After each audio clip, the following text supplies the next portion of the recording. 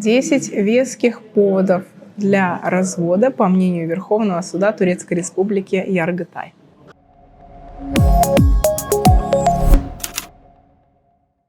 Основатель нашего бюро, адвокат Хакан Юнчуоглу, провел свое исследование и выявил топ-10 причин для того, чтобы развестись в Турции.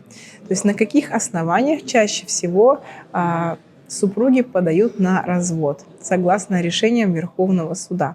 Сейчас я не беру во внимание ту жесть типа семейного насилия, избиения и так далее.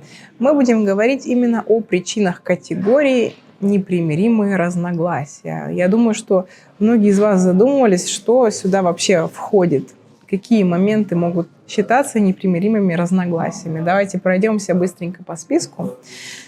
Негативные высказывания в отношении внешности. Действительно, некоторые девушки получали развод только из-за того, что супруг негативно высказался о их лишнем весе, большом носе и так далее. Здесь может быть все, что угодно.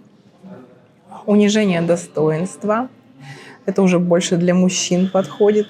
Обвинение в половой несостоятельности или импотенции может являться основанием для развода.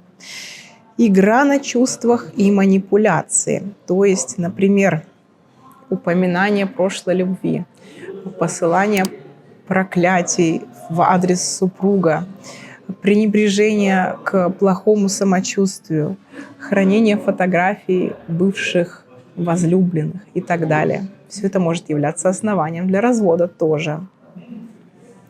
Четвертое. Пренебрежение поддержанием чистоты жилища, личной гигиены, гигиены полости рта.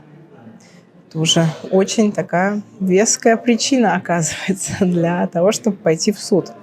Неуважение к родителям, избегание встречи с родителями супруги или запрет на встречи с родителями. То есть когда муж, например, запрещает жене встречаться с ее родителями или наоборот.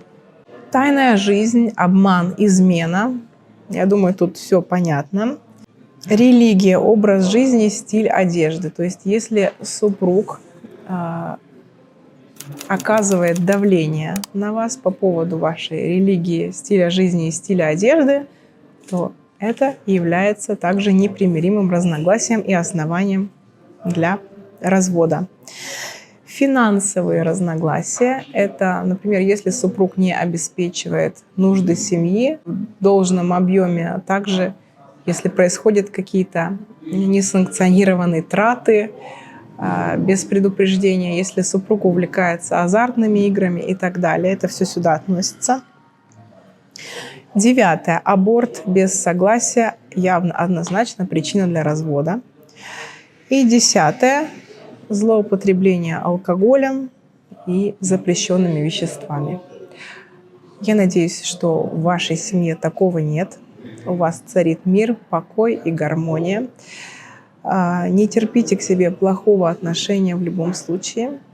Берегите свой брак, пытайтесь решать проблемы путем переговоров, коммуникации.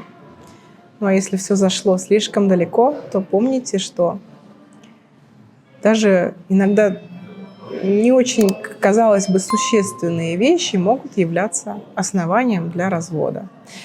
До встречи в следующих роликах. Всего вам доброго.